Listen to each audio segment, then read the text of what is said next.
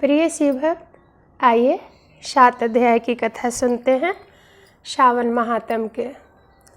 इसमें ईश्वर ने सनत कुमार जी से क्या कहते हैं, कौन सा व्रत करना चाहिए, इस व्रत को किसने किया, बड़ा ही सुंदर कथा है। आइए सुनते हैं। ईश्वर ने कहा, हे सनत कुमार, अब उत्तम मंगलवार का व्रत कहूँगा, जिसके करने से वैधव्य का नाश होता है। विवाहोत्तर 5 साल तक इस व्रत को करें। इसका नाम मंगला गौरी व्रत है। यह पाप को नष्ट करने वाला है।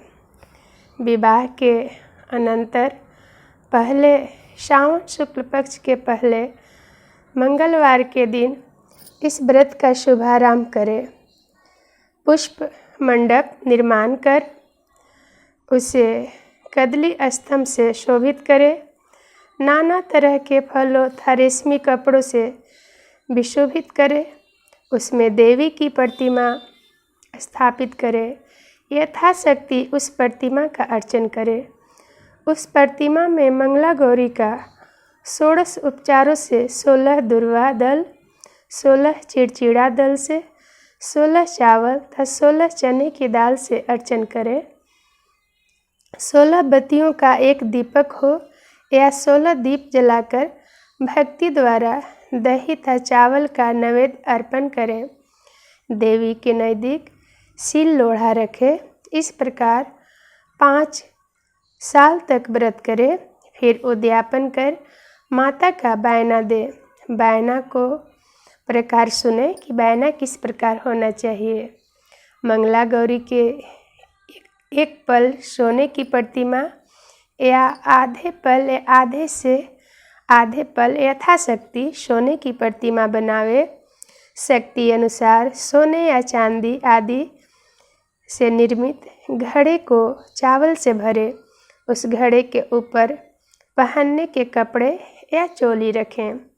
उसके ऊपर मंगला गौरी की प्रतिमा रखें। देवी के नज़दीक सील लोढ़ा रखें। इस प्रकार माता के लिए बायना दे। हे विप्र, इस प्रकार व्रत करने मात्र से 7 जन्म तक का सौभाग्य रहता है। पुत्र पौत्र संपत्ति आदि से युक्त हो वह कीड़ा करती है। सनत कुमार जी ने ईश्वर से पूछा, हे शंभु, इस व्रत को पहले किसने किया? किसको इस व्रत को करने से क्या फल मिला? ईश्वर ने कहा, हे विप्र, पूर्व काल में कुरु देश में श्रुति कृति नाम वाला शास्त्र ज्ञाता कीर्तिमान था शत्रु रहित राजा था। वह 64 कलाओं का जानकार धनुर्विद्या विदारत था। पुत्र सुख छोड़कर उस राजा को सब आनंद था। संतान के लिए राजा बहुत ही चिंताकुल होता था। जब था ध्यान युक्त हो देवी की आराधना की। उसके इस जप से देवी प्रसन्न होकर उससे बोली, हे सुअर्त, भर मांग। श्रुति कृति ने कहा, हे देवी, आपके कृपा रूपी प्रसाद से किसी अन्य चीज़ की कमी नहीं है, केवल संतान सुख से वंचित हूँ। राजा की ऐसी वाणी को सुन मंद मंद हंसती हुई देवी ने कहा, हे राजन, तुम दुर्लभ वस्तु की याचना मांगे हो, लेकिन कृपा कर तुमको मैं पुत्र दूंगी। राजेंद्र सुनो, पुत्र अत्यंत गुणी होगा पर 16 साल से अधिक नहीं जिएगा। यदि सुंदरता तथा बुद्धिहीन पुत्र होगा तो वह 100 साल तक बहुत समय तक जीवित रहेगा। देवी की वाणी सुन राजा चिंता करने लगा। उसने अपनी भार्या से विचार कर गुण विशिष्ट संपूर्ण लक्षण युक्त 16 साल तक ही आयु वाला पुत्र मांगा। देवी ने उस समय भक्त राजा के लिए आज्ञा दी, हे नृपनंदन, मेरे दरवाजे पर आम का पेड़ है। मेरी आज्ञा से उस आम के एक फल को लेकर अपनी पत्नी को खाने को दो। उसके खाने से उसी समय रानी निसंदेह गर्भ धारण करेगी। राजा ने प्रसन्न हो देवी की आज्ञा अनुसार अपनी पत्नी को आम्रफल दिया। उसके खाने से पत्नी ने गर्भ धारण किया। उससे 10 महीने में देवतुल्य पुत्र हुआ। हर्ष से संपन्न राजा ने उस पुत्र का जात कर्म आदि संस्कार कर दिया और शिव स्मरण करते हुए पिता ने उसका नाम चिरायु रखा। जिस समय उसे 16वां साल प्रारंभ हुआ, उसी दिन से सब पत्नीक राजा को चिंता लगने लगी। राजा ने विचार किया, यह पुत्र बड़े ही कष्ट से प्राप्त हुआ है, अपने समक्ष इसकी दुखद मृत्यु कैसे देखूंगा। अतः राजा ने पुत्र के मामा के साथ उसे काशी भेजने का प्रबंध किया। यशवनी राजपत्नी ने अपने भ्राता से कहा, तुम कर्पटिक वेश धारण कर इस लड़के को काशी ले जाओ। मैंने पूर्व में पुत्र की प्राप्ति के निमित्त भगवान मृत्युंजय की प्रार्थना की थी कि हे विश्वेश, पुत्र की प्राप्ति पर जगतपति की यात्रा के लिए भेजूंगा। अतः पुत्र को इसी समय ले जाओ, इसकी यत्न से रक्षा करना। वह अपनी बहन की वाणी सुनकर भांजे को साथ लेकर काशी गया। रास्ते में जाते हुए कई दिन बाद आनंद नगर पहुंचा। वहाँ संपूर्ण समृद्धि से युक्त वीरसेन नाम का राजा था।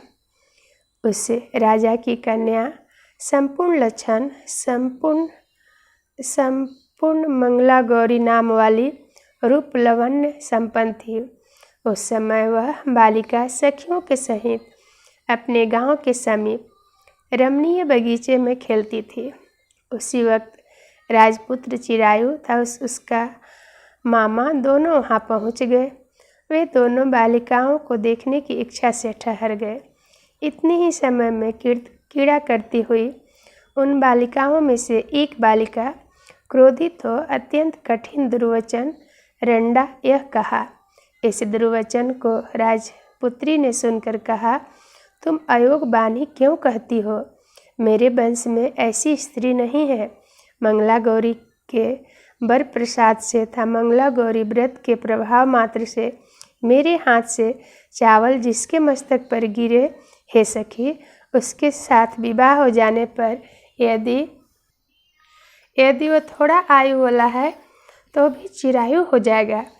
तदंतर सब बालिका अपने अपने घर चली गई। उसी रोज राजकन्या का विवाह दिन था। बालिक देश के दृढ़ धर्मा राजा के पुत्र सुकेतु नाम वाले को देना निश्चय हो चुका था, पर वह सुकेतु मूर्ख कुरूप था, बहिरा था। अतः वर पक्ष वालों ने मंडप में अन्य अच्छा वर ले जाने का निश्चय किया। विवाह होने पर वहाँ सुकेतु चला जाएगा एवं विचार कर चिरायु के समीप जाकर उसके मामा से कहा, यह बालक हमें दो, क्योंकि आपके बालक द्वारा हमारा कार्य सिद्ध हो जाएगा। इस भूमि पर परोपकार के तुल्य अन्य कोई धर्म नहीं है। यह वाणी सुनकर उसका मामा हृदय से राजी हुआ, क्योंकि उन्होंने पूर्व में वाटिका में बालिका की वाणी सुनी थी कि मेरे हाथ से जिसके ऊपर चावल जाएगा वह कम आयु वाला बालक भी मेरा पति लंबा आयु वाला होगा। लेकिन वर पक्षीय जनों से कहा, आप लोग इस बालक को क्यों चाहते हैं? कार्य सिद्धि के वास्ते वस्त्र अलंकार आदि मांगा जा सकता है, परंतु वर की भिक्षा नहीं दी जा सकती। आप लोगों ने गौरवार्थ फिर भी मैं देता हूँ। उन्होंने चिरायु को वहाँ ले जाकर विवाह कार्य सिद्ध किया। वह सप्तपदी आदि कार्य होने पर रात में गौरी शंकर के समीप वह चिरायु पुत्र सुप्रसन्न चित्त से राजकन्या मंगला गौरी के साथ सो गया। उसी रोज चिरायु का 16वां साल समाप्त था। उसी रात को सांप के रूप में काल वहाँ आया। उसी समय देव योग से राजकन्या उठ गई। वह वहाँ पर सर्प को देख भय से विहल हो कांपने लगी। उस समय धीरता से राजकन्या ने सांप की पूजा की, 16 उपचार से अर्जन कर पीने के लिए बहुत सा दूध दिया और प्रार्थना की, दीनवाणी से उस सांप की स्तुति की। मंगला गौरी ने प्रार्थना की कि मैं उत्तम व्रत करूंगी, मेरे पतिदेव इस सर्प से जीवित हो तथा चिरंजीवी हो, ऐसा कीजिए। इस समय उस सांप ने कमंडल में प्रवेश किया। अपनी कंचुकी चोली से राजकन्या ने उस कमंडल का मुख बांध तदंतर उसके पतिदेव शरीर के अंग बांध दिया। तदंतर उसके पतिदेव शरीर के अंगों को ऐंठते हुए जाग कर उठे। अपनी पत्नी से कहा, हे प्रिय, मुझे भूख सता रही है। उसने माता के समीप जाकर पायस, लड्डू आदि लाकर पति को दिया। पायस यानी मक्खन। उसने प्रश्नचित्त हो भोजन किया। हाथों को धोने के समय उसके हाथ से अंगूठी गिर गई। वह पान खाकर फिर सो गया। फिर वह राजपुत्री कमंडल पात्र को फेंकने गई, लेकिन विधि के विधान से बाहर जाने पर चमकते हुए हार की क्रांति देख विस्मय हो प्राप्त हो गई। उस घट में स्थित सांप के जगह उसे हार दिखा। हार को अपने कंठ में धारण किया। कुछ रात अवशेष रही तो चिरायु का मामा उसे ले गया। चिरायु के जाने के बाद बरपक्षीय जन सुकेतु को ले गए। मंगला गौरी ने उस सुकेतु को देखा तो कहने लगी, यह मेरा स्वामी नहीं है। सभी बरपक्षीय महानुभाव राजकन्या से कहने लगे, हे शुभे, यह क्या कह रही हो? यदि कोई पहचान हो तो कहो। मंगला गौरी ने कहा, जिसने रात में 9 रत्नों से निर्मित अंगूठी मुझे दी, वह इस अंगुली में देखकर पहचान ले। रात में स्वामी पतिदेव ने मुझे हार दिया। उस हार रत्नों की सुंदरता कैसी है वह बतावे। यह तो कोई अन्य ही है। रात्रि में आम्र सेवन के समय पतिदेव के केसर युक्त पैर मेरी जांघ में लगा हुआ है। सब लोग उसे भी देखें। देरी न करें। रात्रि के समय जो बातचीत हुई था, क्या भोजन हुआ, वो सब बतावे। उसे भी यह कहे तो वह मेरा पति होगा। एवं मंगला गौरी की वाणी सुन सब लोगों ने कहा, ठीक है, ठीक है। लेकिन चिन्हों में से सुकेतु ने बताए हुए एक भी पहचान नहीं बता पाया। तब सब लोगों ने विदा करने से मना कर दिया। बर पक्षी जैसे आए थे वैसे ही चले गए।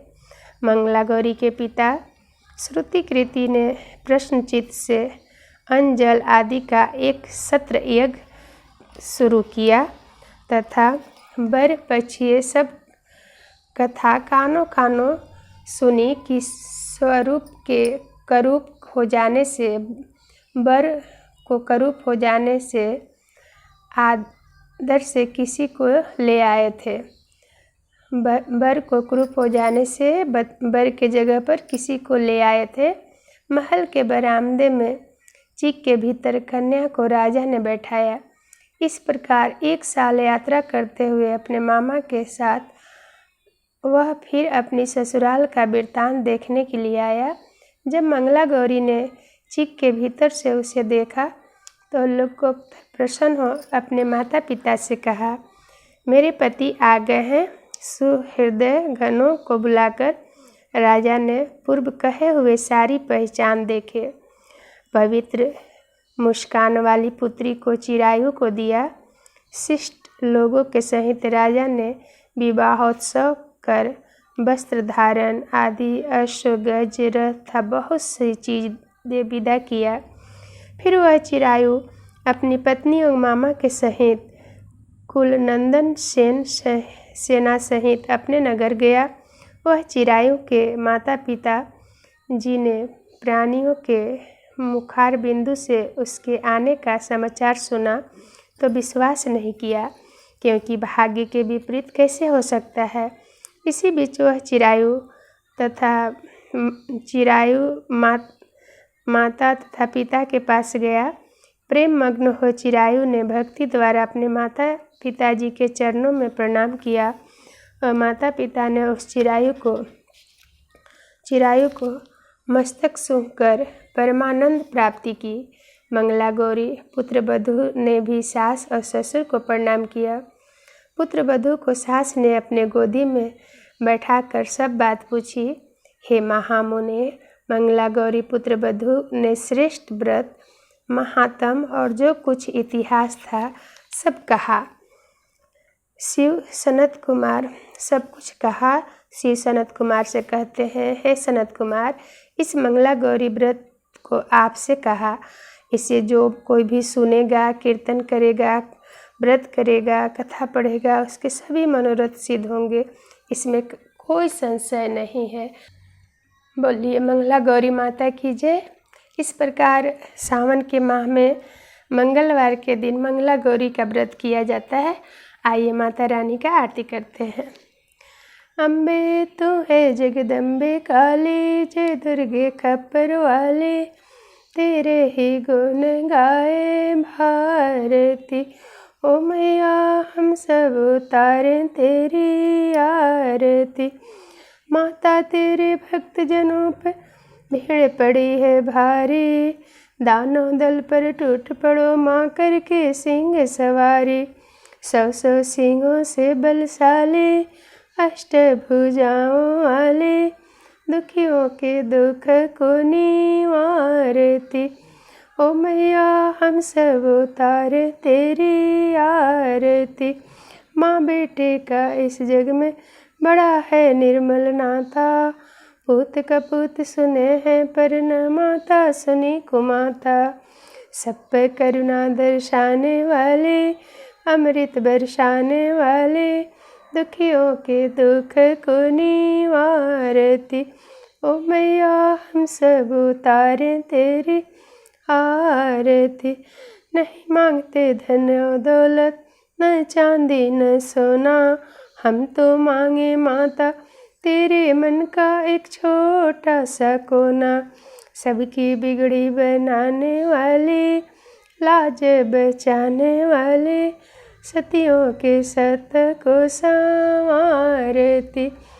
ओ मैया हम सब उतारे तेरी आरती। अम्बे तू है जगदम्बे काली, जय दुर्गे खप्पर वाले, तेरे ही गुण गाए भारती। ओ मैया हम सब उतारे तेरी आरती। बोलिए माता रानी की जय। सावन माह का महात्म की कथा आप सब सुन रहे हैं। कल सुनेंगे 8वां अध्याय की कथा। बड़ा ही सुंदर कथा होगा, जरूर सुनिएगा। बोलिए माता रानी की जय, भोले बाबा की जय, माता पार्वती की जय। हर हर महादेव, काशी विश्वनाथ गंगे।